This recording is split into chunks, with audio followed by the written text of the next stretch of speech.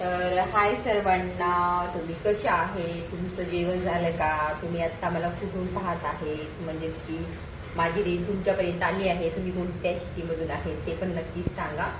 कारण मी जेवायला पाठवणार आहे ना तुम्हाला, म्हणून जिरा राईस केला आहे. ज्यांना कुणाला आवडत असेल तर नक्कीच पाठवते.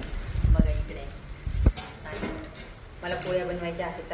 त्याच्यानंतर जेवण करायचं आहे. त्याच्यानंतर मस्त छानपैकी झोपी जायचं आहे. आणि तुमच्याकडे मोसम कसा आहे ते पण सांगा मला.